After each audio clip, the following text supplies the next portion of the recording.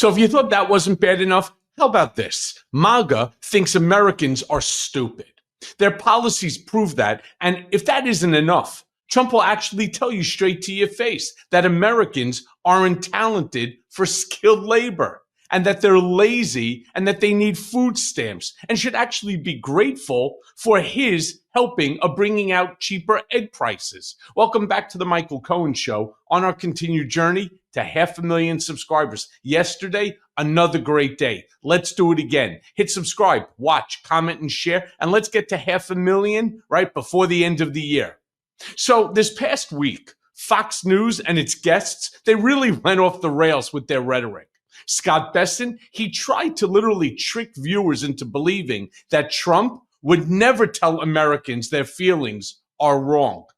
Play the clip. Are the trade deals, and I think what we are going to see, just as we saw in the Boeing plant, in this rare earth magnets plant, we are going to see these trade deals turn into jobs. And look, the one thing we're not going to do is tell the American people they don't know what they're feeling like the Biden people did. You know, they said it was a vibe session. You don't realize how good you are. Shut up, move along. And we believe that the policies are right for the country and that we will see a substantial non-inflationary acceleration. Boy, this guy's really something else. It reminds me so much of my Substack of this morning, Trump throwing more people under the Trump bus, like MAGA Mike Johnson. Soon, this dope's going to go with him. Okay, so look. Okay, so Scott then says that he would not tell Americans how to feel, except moments later, he tried to claim that gas prices are down, right? And while he's doing that, he also seemingly says that he wants conflict in Venezuela, so that gas prices go down even cheaper. Play the clip. The peace deals, we are seeing a peace dividend from that, and I think there's a very, very good chance that if something happens with Russia, Ukraine, if something happens down in Venezuela, that we could really see oil prices go down even more, and oil and gasoline prices are down substantially under President Trump. And that is really the key to affordability, is lower energy. So energy goes into food prices, and then... Yeah, again, it's so easy to cherry pick from one or two things. You know, you want to talk about gas? Yeah, okay. We'll all acknowledge that gas prices are cheaper. What about food prices? What about affordability? What about homes? What about metals? What about everything else? What about imports? Everything is up between 25 to 80%. Now, Fox host Larry Kudlow, he kept on the gaslighting train. Again, promoting the stupidity, claiming that affordability, screw it, it's overrated. Play the clip. There are issues on some of these prices, although I think affordability is greatly overrated. Yeah, greatly overrated. Because, Larry, 1, you're old. 2, you've made a lot of money. And 3, you're not worrying about how you're going to pay for groceries, for medication, or for a third home. So, yeah, affordability is the #1 issue right now amongst Americans, specifically Gen Z, the largest voting bloc in America. Why? Because they feel that America is shutting them out. Now, look, you have a 3-time Trump voter, saying that she feels let down by Trump. Play the clip. We changed presidents at the beginning of the year. We did. And the guy who moved into the White House said that he was going to fix it. Several times he said it would be easy. Absolutely. Has he fixed it? Absolutely not. I'm definitely waiting for him to fix it. Jones is a 3-time Trump voter, but she says he has simply failed to keep his promise to lower the cost of living. I'm very let down by that. Very, very let down, because I feel like it's only gotten worse. And it's only going to get even worse than it is today. Howard Lutnick, either Lutnick is delusional or just a trained gaslighter. And he actually promised, get a load of this nonsense. Hard to imagine that this guy's in the position he's in. He promised 6% GDP growth from Trump. Play the clip. But the construction jobs alone, you can't invest $3 trillion a year without driving our GDP off the charts. You're going to see 4s, you're going to see 5s, and you're going to see 6% GDP growth under this president because the factory's coming home, the tariffs are bringing them home. You have never seen construction the way you're going to see it. And then when these factories come online, wow, are you going to see numbers nobody's ever thought possible. You know, the funny thing is he talks only really to a party of one. He's talking at us, but to Donald Trump. Think about that. Why? First of all, even if you started building the plants that Trump is referring to, that Nutlick over here is talking about, these plants cannot be fully assembled and operational within at least 3 years. I mean, just think about it. How long does it take, for example, to build a car manufacturing facility, to roll a car off the assembly line? The first car, 4 years, 5 years? Even a steel plant takes about 2 years to complete and get product finally coming off. What he's saying is a complete and total lie. Now, Lutnick also claimed that the job numbers in the second half of next year are going to blow us away. Blow us away.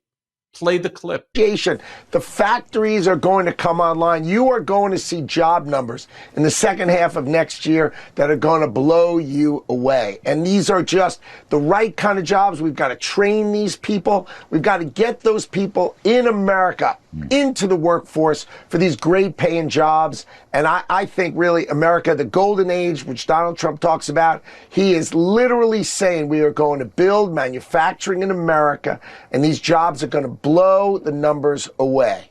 Again, projection down the road, because you can't say what he's saying today is true or not, because again, it's predicated on the future. What we do know, however, is that the jobs he's talking about are not the high-paying jobs.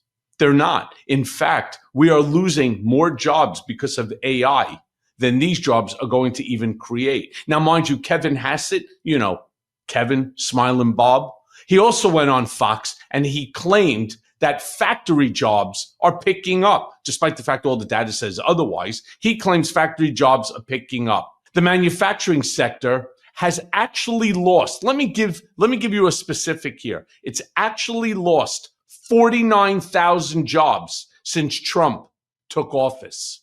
Play the clip. One area that we can look at is manufacturing jobs, and you just made an argument for why we may not have seen strength there so far since President Trump took office, but that you expect, when do you expect those jobs to actually kick in? If they're building those factories and facilities now, when does that really kick in, Kevin? Right. Well, it's first the factory jobs are picking up. Yeah. Again, they're picking up. No, they are not. It's amazing to me that they think that they can lie to us, despite the fact that all of the data is readily available. Even Fox admitted that the unemployment rate has actually gone up to 4.44%, and that it's not a good look for this administration. Play the clip. The unemployment rate going up to what is a cycle high of 4.44% if you look at the full number. And it's not good news, because if you look at, these are people entering the workforce, not so much. Yeah, not so much. Not so much at all. 4.44%. Now, I do want to end on a bizarre clip. I mean, you want to talk about bizarre? A bizarre clip of Senator Tom Cotton. Tom Cotton speaking on Fox News about these drug boat strikes. We're now literally confirmed with over 88 deaths as a result of more than 22 boat strikes, saying that we should use our common sense.